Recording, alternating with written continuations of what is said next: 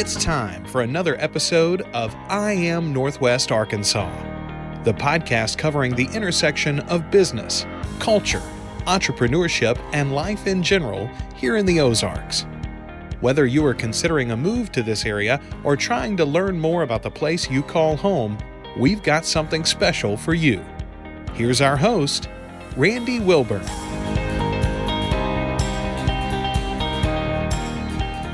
Hey folks, and welcome back to another episode of I Am Northwest Arkansas. I'm your host, Randy Wilburn, and I'm excited to be with you as always. I'm here in the Furman Garner Performance Center here at KUAF, and we are recording this episode today, and I had a chance to sit down with someone that I've known for some time now, and I remember maybe it was a couple of weeks ago, I actually saw a post about Ambivert Books, and I was like, oh my gosh, I love the whole idea or concept of ambiversion. And, I've talked a little bit about ambiversion on this podcast. I talked about, Daniel Pink talked about ambiversion in his book To Sell Is Human, where he talked about some of the best salespeople are actually ambiverts. So they're not fully extroverts, but they're also not introverts. They're somewhere in the middle. And that is on the spectrum where ambiversion or being an ambivert lies. But this individual, Brittany Johnson, who is coming on the podcast today, took the word ambivert and paired it with books because she has a really unique story to share about how this all came about. And I sat down with her recently and said, we have to do a podcast, not only to promote, opening up a bookstore in Springdale, which is great. We've had Pearl's Books on, and we're going to have two friends. We're going to get those guys on from up in Bentonville at some point in time in the near future. But I just thought, it would be great just to have Brittany on. She's a friend. She's also the director of communications for Cash, an amazing organization right here in our own backyard in Northwest Arkansas. And so without further ado, Brittany Johnson, welcome to the podcast. Hello. Thank you so much. Yeah, it is really, really good to have you here. And I'm excited to learn more about Ambivert Books. And I'd love, why don't you introduce yourself to our audience and tell them a little bit about yourself beyond what I just shared. Sure. So I am, the owner of a recently launched small business. I am, as you mentioned, the director of communications for Cash, which is an art services organization here in Northwest Arkansas. And what else can I tell you?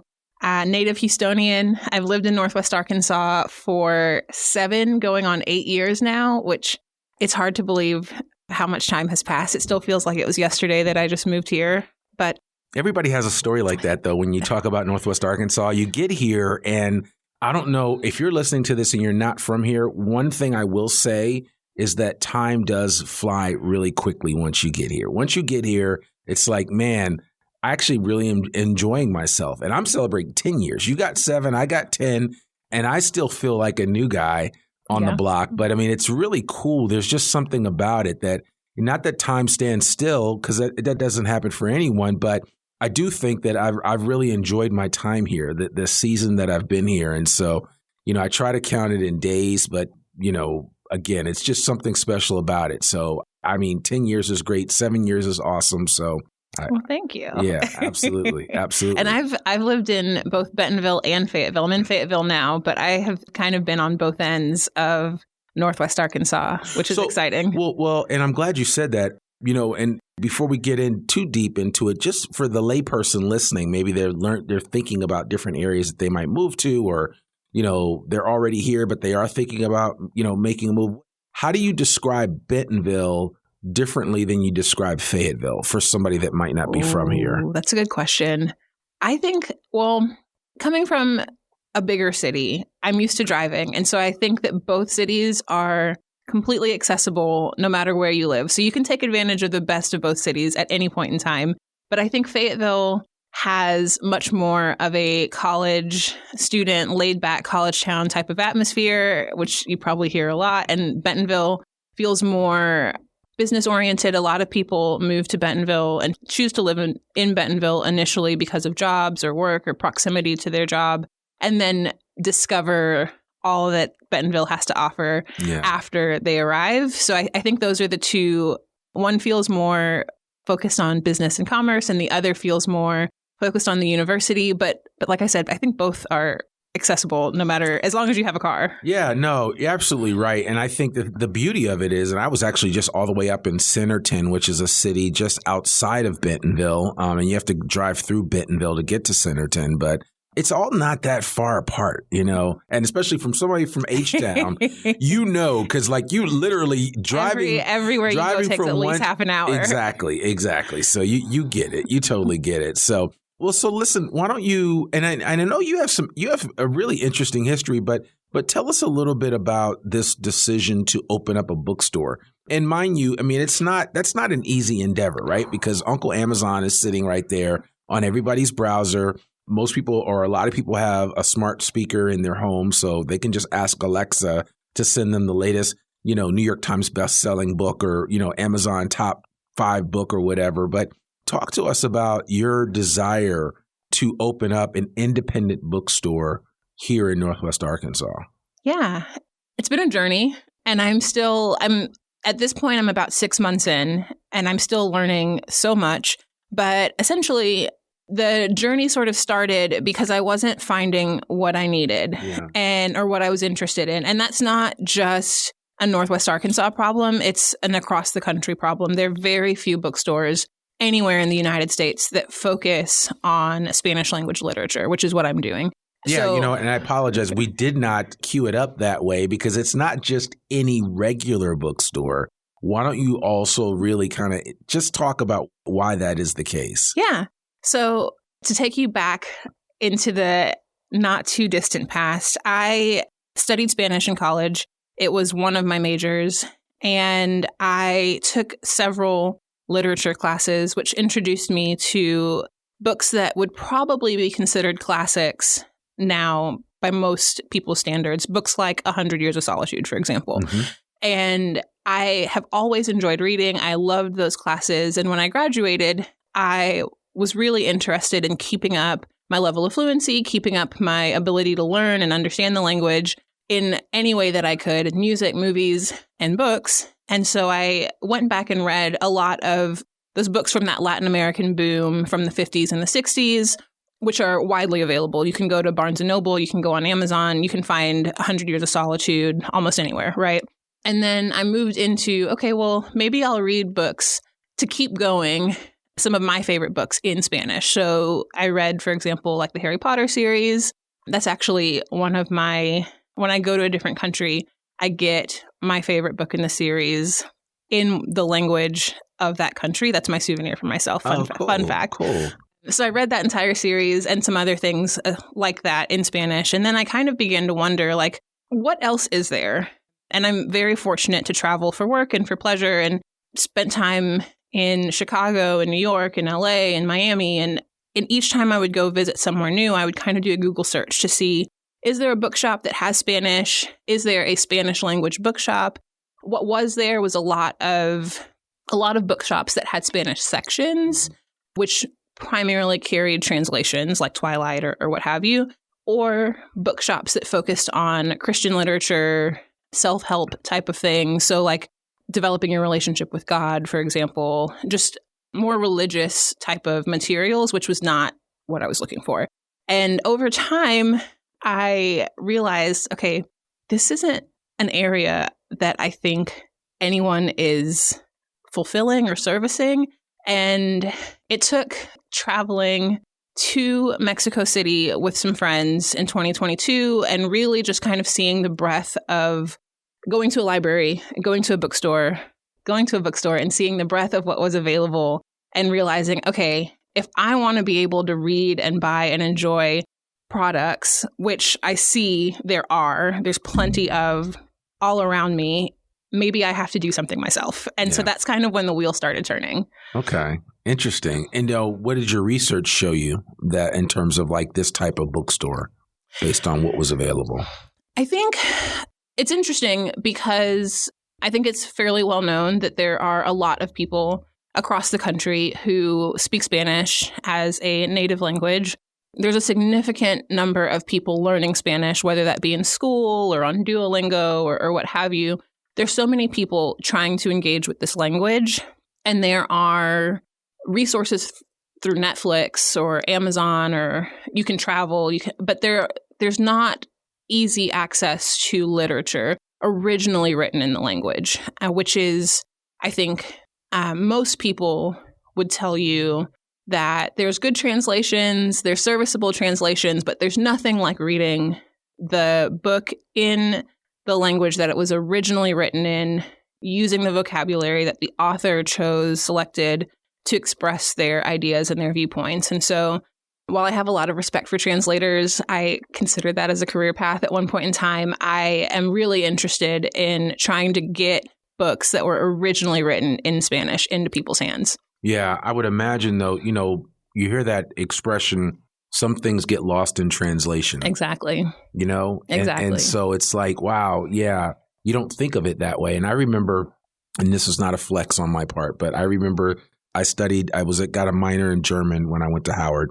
And I went over and lived in Germany, and I read Goethe in the native language of German, and it just read differently than when I read the original English translation of it, and it just hits different. And once you start noticing it, you'll see it everywhere. Because I like to watch TV with the subtitles on, no matter what language, even in English. And I've noticed it even in shows that I watch on TV in English. Sometimes the subtitles are completely different than what the actual character is saying, although it transmits the same sentiment, but you see it all around once you start paying attention. No, well, even sometimes the energy can be off, right? Mm-hmm. And just in terms of, what that actor or actress is saying and how they're saying it, and then the English translation. It's exactly. Like, he hugged Bobby or something like that. And it's just something really benign and simple when it's like, that's not what's happening on the screen. Exactly. I see something totally different. So, but no, I think that's really interesting. So, all right. So then you found this, you went to Mexico City, you had that experience and that epiphany that, oh man, you know what? It would be great to get books that were written originally in the language of Spanish specifically. Yep. So then at that point, how long did you let that marinate before you said, you know what, I want to do something about it? Because we all get ideas, right? Yeah. Let's be clear. And so I got a million ideas that pop in my head every day. If I started every business from every idea that came up, I would be like, man, I would just be everywhere. And some people argue that I am all over the place, but I'm doing a number of different things that I feel very passionate about. But seriously, though, how did you think about it and process it before you finally started to bring it to life? It took, I want to say, a good 6 to 8 months before I really put pen to paper and said, maybe we'll do something about this, right? Like maybe we'll start working on what this could be. And a lot of that time was me kind of gut checking with friends, gut checking with family. Like, do you think this is something that would have legs? Doing research.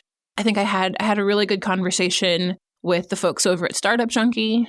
Once I started to really get serious, I think they have like free 30-minute consultations or something. And I had one where I was just like, I want you to tell me the truth. Do you think that this is, because once I started to think about it, then I started to do research and realized how few of these type of bookstores exist. Yeah. And that kind of had me like, well, maybe this isn't something that is possible. Like, surely if this were a good idea, there would be at least one, right? And I've discovered that there are a few, not nearly enough, but I had a little bit of self-doubt. And so Startup Junkie was really helpful in saying like, no, I think this is something that you might want to go ahead and entertain, but here are the steps that you need to figure out for yourself if this is going to be worth your time and energy and your effort. And here we are. Yeah. Well, I mean, I'm glad you mentioned Startup Junkie. I mean, there's ASB TDC from the University of Arkansas. That's one of the really nice things about this area is that there is an ecosystem of help. Mm-hmm. Like even before you put pen to paper, but even before you start spending a bunch of money, there are people here that will legitimately help you, will give you ideas, will, like you said, bounce ideas. Tell me if I'm crazy. Does this make sense? Does this work? Because the folks at Startup Junkie and the folks at ASB TDC and so many other Entrepreneurship Innovation Lab, there are so many great individuals that have kind of been there and done that. There's several people that have started multiple businesses that just sit around all day giving people advice and guidance, and it helps. Yeah. It's really good to have. And so that's one of the things about Northwest Arkansas that I really like is that people don't sit around like protecting their ideas and not sharing them with people. They actually share them and put them out there to kind of see what will happen. It seems counterintuitive. And I am, like I said, this is still very new. So far be it for me to give anyone business advice, right? But it seems counterintuitive to go and tell everyone your idea. But then I think you realize the amount of work it takes to put an idea into action. And you're like, oh, no one's going to steal this. It takes so much work. So people are going to support you. It has to be the right play. It has to be something that you really have an interest in. And so, yeah, I mean, it's funny. I mean, I always laugh when people come and say, hey, I have this NDA I need you to sign before I share with you what I'm working on. And I'm like, it's not that deep. But that's okay. I mean, I get it. So now, why Ambivert Books, though? The name. Yeah. Like, how much did you know about ambiversion or the whole concept of it before you came up with the name? I knew enough to consider myself an ambivert. Okay. And Why did you consider yourself an ambivert? I think that I can turn it on and turn it off. I have never felt comfortable calling myself a true introvert, but I know that I don't see myself as an extrovert. So I was always kind of like, if you want to call me an introvert, fine. I don't see it that way, right? But there wasn't anything else that I had to compare it to. And so the term ambivert, I think, has been sort of populating. Like, I see it on TikTok, I see it on Instagram, I see think pieces on The Cut and other places all around the world now about what it means to be an ambivert. And that was something that I really picked up on. And I said, well, this feels like me. And I don't go too far down the rabbit hole, but I am someone who enjoys astrology and all the Myers-Briggs types and all of the different ways that there are to find out who you are and to sort of classify yourself. And so I got really excited about the existence of this term. And when I was thinking about what I wanted to communicate with the store, who I wanted to appeal to, I really felt like it was someone who fits in the middle. I felt like with language acquisition, whether you're learning a language, whether you grew up speaking it, what have you, you do that to communicate with people, which, in this spectrum is probably more along the lines of an extroverted activity, communicating, talking, all of the ways that communication manifests. But then when you read a book, even if you plan to discuss it, to go to a book club, to talk to your friends about it, you're reading that book on your own. You are under a blanket on your couch or wherever, right, reading a book quietly to yourself. Sometimes I read aloud, but still to myself. And so when you put those two things together, you kind of end up in the middle, which places you as an ambivert. I love that. And I'm going to share what ChatGPT says is the definition of an ambivert. It's a person who has a balance of both extrovert and introvert tendencies. They can be outgoing and social in certain situations, but also enjoy solitude and quiet time. Ambiverts tend to adapt their behavior depending on the context, making them flexible in social and individual settings. I totally jive with that. That's like me. Like you said, it's you, it's me in a nutshell. And some people listening to this might be like, yeah, that's me too. I just didn't know the name for it. So. I think so many people feel that way. And even, I have friends who will, do you want to do something tonight? No, I've been outside too much. Yeah. I need some inside time or vice versa. I haven't gone out all week. Like, let's go get drinks or whatever. So I think that characteristic or character trait or whatever you want to call it really vibes with a lot of people. Yes, it does. And I mean, so I get it, why you're calling it Ambivert Books. And so I think it's going to be exciting just to kind of see people gravitate towards a bookstore where they typically don't always find the representation that they're looking for. And what I mean by that is just finding Spanish language books that were written absolutely in the Spanish language to begin with. And so I think that's huge. Why did you choose Springdale as a location to kind of do this? Because I think you guys, haven't you been doing some pop-ups and just kind of testing? You were out there like with your minimum viable product, testing the market to see if there was even a market for this. What did the market say? And so I think, my first pop-up was in August, and I've done one every month since, and it's been really fun and funny to see people kind of walking by at markets or fairs or wherever, and then their eyes kind of light up when they realize, oh, wait, these books are in Spanish. Like, let me come over and see what you've got. And like, let's talk about these books and let's talk about all of how you got here and why you're doing this. And so there's been a lot of shock and delight, I think. But what I'm learning is that because so many of the books or the type of books that I want to sell are not available on the market, they're not being broadcasted, they're not making it to New York Times bestseller lists, there's a lot of, I think, hand-holding that also goes along with selling these products, which is interesting. I have been doing a lot of sort of like, well, why don't you tell me, what is it that you mostly read? What are you interested in? And then I can kind of help people say, you might like that or you might like that, as opposed to people coming in and saying, do you have insert book title here? Because I don't think there's that awareness yet, which is something that I hope will change as time goes on. There are a few well-known names, for example, like I mentioned Gabriel Garcia Marquez at the beginning of the podcast. A book was published, I think in late 2023, early 2024, and I've been selling that book. So when people come in and they see that name, they get excited. But for the most part, it's a lot of allowing people room to discover. Yeah, I love that.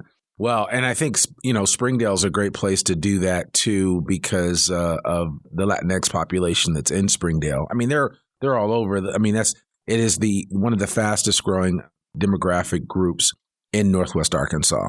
I think when the Northwest Arkansas Council did their most recent report, which might have been 23 or early 24, the fastest growing demographic population was the Latinx population here in Northwest Arkansas. So it makes sense. Just from a purely entrepreneurial standpoint, there is a market for it, right? But then there is the cultural aspect of it too, right? Which is the language. And I think it's interesting because, it's funny, when I was in Germany, I didn't stop speaking English, but I did focus on German while I was in Germany, right? To learn the language. Yeah. And I know some people, there's always a group of folks that are just like, hey, when you come to a place, you got to learn their language. And I get all that. But there is something about your mother tongue or whatever that is, and why, that's always probably going to be your first love. Yeah. In terms of how you speak and what you read. And so I think giving individuals, and especially individuals that are part of a group that is growing so fast here, an opportunity to take advantage of books that are written in their mother tongue, I think speaks volumes. And it also creates new opportunities for people because I want to go there and maybe find some books that I can read. I don't pretend to speak fluent Spanish in any way, shape, or form, but I've got to learn it. I need to learn some more Spanish. And so this might be an opportunity for me to do that. Absolutely.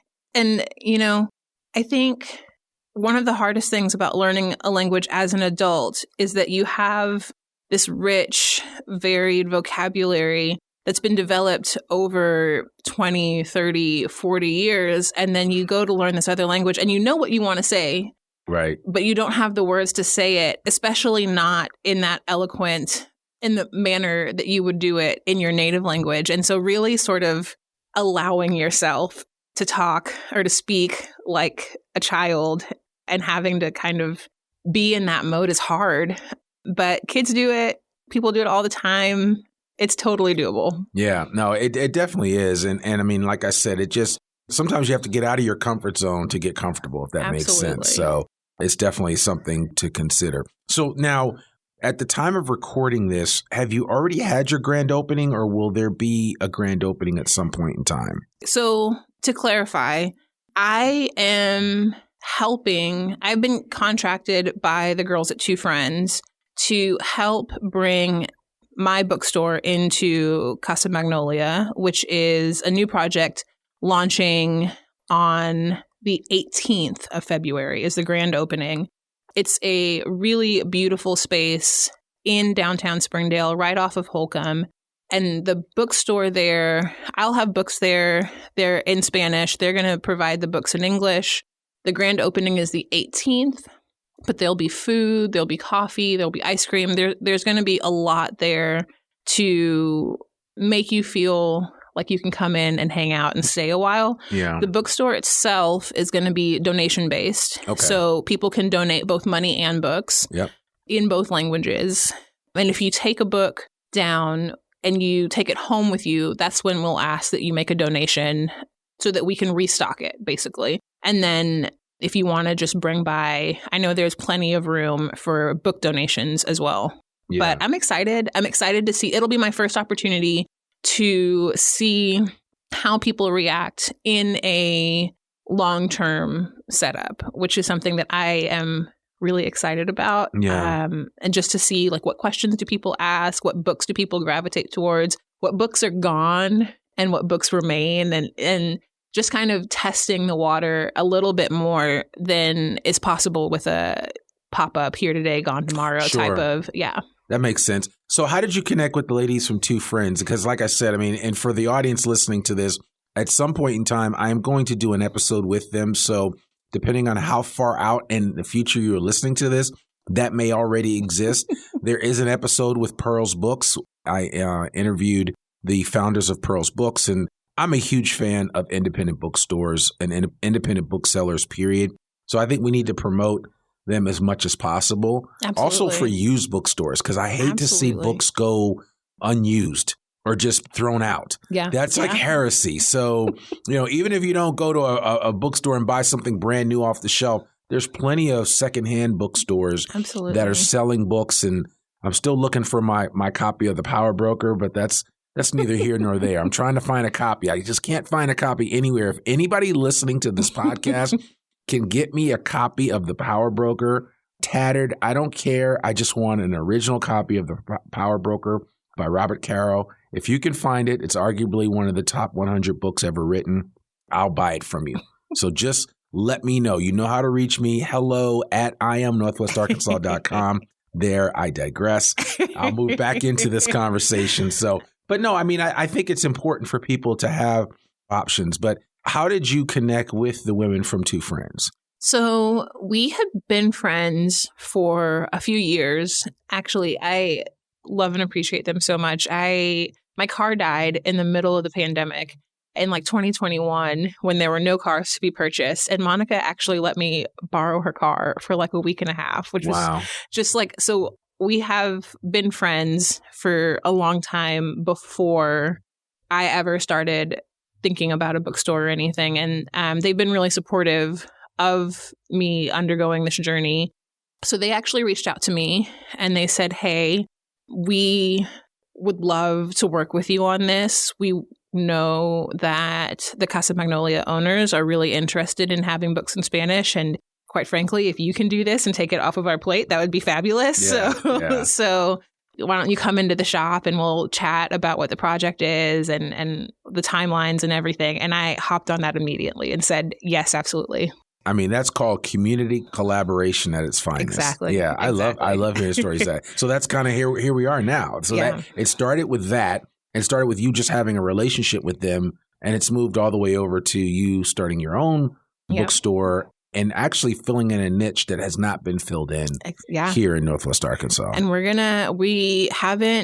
it's still in progress, but we are going to work on some programming together, some book clubs, some bilingual book clubs together. And I'm excited about the potential for this partnership to just keep going down the road because I think it'll be great. Okay. I love that. I love that. Well, I can't wait to hear more. And like I said, I'm going to get with the folks from Two Friends and get them on this podcast very soon. That way I can round out the different folks. Of course, I've had the Fayetteville Public Library on the podcast. I'm going to have the Bentonville Public Library and their whole changeover and that space is beautiful now. Yeah, it's insanely beautiful. I've had Springdale Public Library on, and the only other library that I need to have on would be Rogers. So I'll get all of those libraries included, as well as all the booksellers that are here local. So then what are you most excited about with this, given that it's still so new? I mean, you're still kind of, the shine is on it right now, and it's just like, oh, this is my little baby. I'm going to really try to grow this. What are you most excited about? What does the future hold for Ambivert Books? I'm excited on two fronts. Selfishly, I started this project because I wanted to read more in Spanish. And I'm doing that, whether because I am planning to lead a book club and I have to read the book to talk about it, or whether, something comes across my inbox that sounds really great. So I'm excited to sort of help myself in this process of language acquisition and maintenance and fluency. But I'm also excited for people to discover more literature. There is a wide world out there. There's 21 countries that have Spanish as at least one of their official languages. Mm-hmm. And one of them actually is in Africa, which is really, I'm like researching really hard to try and find some books from that country. But I'm excited for people to discover more literature, to come talk to me about the books that they've read, that they're interested in. I did a pop-up, for example, a few months ago where one of the books that I had was by a Peruvian author, and a woman came up to me and she didn't buy the book because she said that she had already read it, but she bought it on Amazon. But she was just so touched that I had included a Peruvian author that I didn't think anything of it. But that sort of connection with people is what I think I'm most excited about. Yeah, again, it just shows a level of focus and opportunity to kind of meet people right where they are. Exactly. And that's huge. I mean, what is the African country that it's Equatorial Guinea. Guinea. Yeah, mm-hmm. That's right. Okay. Yeah, that makes sense. I've been trying really hard with each time I go out to market to have a representation from a number of countries. You can research the demographics of people in this area. And I think that the predominant cultures here are Mexican and Salvadoran, which mm-hmm. is fantastic. And I try to cater to those audiences, but I also try to have books from all of the different countries as many as I can, and really sort of show that breadth of writing and writing styles and just the output that's pouring out of those countries. Yeah, there's a lot to be said about that. And I actually didn't even know that was the breakdown in terms of the Latinx population here, where they hail from. Because, a lot of times people are like, oh, well, people are from Spain. And I'm like, well, that's one group of folks. And the language, it can be different. Like if you mm-hmm. listen to a Spanish speaker from Madrid, it's going to sound a little different than a Spanish speaker from Buenos Aires. And that person in Buenos Aires is going to sound a little different than that Spanish speaker in Mexico City. So, yeah, so you have that. Well, that's exciting. And the language is good for you. What encouragement would you have for somebody trying to pick up the language of Spanish, especially, or any language for that matter? You studied it like I studied language in school. So we were kind of gluttons for punishment when it came to that. But you took it to a whole nother level. What encouragement will you give to someone that's trying to learn a language and really wants to, give it their all? Two things. I think don't be afraid to make a mistake. 9 times out of 10, people will help you along and give you a lot of grace, right? Because they hear your accent, they understand that you're trying. And if you ask, like, what did I do wrong or what did I say wrong, people will help you. So don't be afraid to make a mistake. You have to practice and you have to make those mistakes to get better. And then also, if you can, and I know that this is difficult for various reasons, but if you can, go to the country that you were interested in, whose language you're learning, right? And you can decide where, especially with Spanish, there's so many options. I actually lived in Spain 2 different times, and I got 2 very different experiences, but that helped. Being forced to speak the language because you have no other choice will do wonders for your for your ability to speak the language. It's amazing what you can pick up when you have no other choice. Oh my gosh. It is so true. When I was over studying in Germany, every day the words "Wie sagt man das" came out of my mouth. And I was like, how do you say that? That's basically, I'm asking people, "Wie sagt man das?" And I would look at something, I might be pointing at a pen and be like, "Wie sagt man das dies?" And I'm just like, and just, and so they would give me the translation and tell me what it was. And that's part of how I picked it up. But like you and I were talking a couple of weeks ago when we sat down and had coffee, and I was saying how, nowadays it's like, you could watch telenovelas. There's so much that you can watch. I watch a lot of Spanish language soccer. Okay. So like I'll watch soccer, some of the programs, but I'll watch them in Spanish just to see if I can pick up some things. And so there's a lot of different ways that you can do it. So, So it's a wide world out there. Music was a big one. If you can find, if there are certain genres that you like, there's probably an equivalent in, there's German rap, there's Spanish pop, there's everything. My son went to Brazil and learned Portuguese, and he found all the great Portuguese rappers when he was down there, all the Brazilian rappers that rap in Portuguese. And that's another example where it's like the Portuguese that's spoken in Brazil is different than the Portuguese that's spoken in Portugal. Yeah. And you're like, why is that? And it's like, it just is. Just over time. There are dialectical differences in languages that you're going to find everywhere. Yeah. Just like how some people in the North, like from New England, might not understand somebody from Lafayette, Louisiana, and that language. And so it's like, wait a minute, what are they saying? It's like, I know they're speaking English, but I don't understand a word that's coming out of that person's mouth. So no, I think it's really good. And I actually, to me, a lot of times we allow language to be a barrier when in reality, it should be an opportunity for us to lean in and connect with people more. I'll tell you, do we have time? I'll tell you one more story. Sure.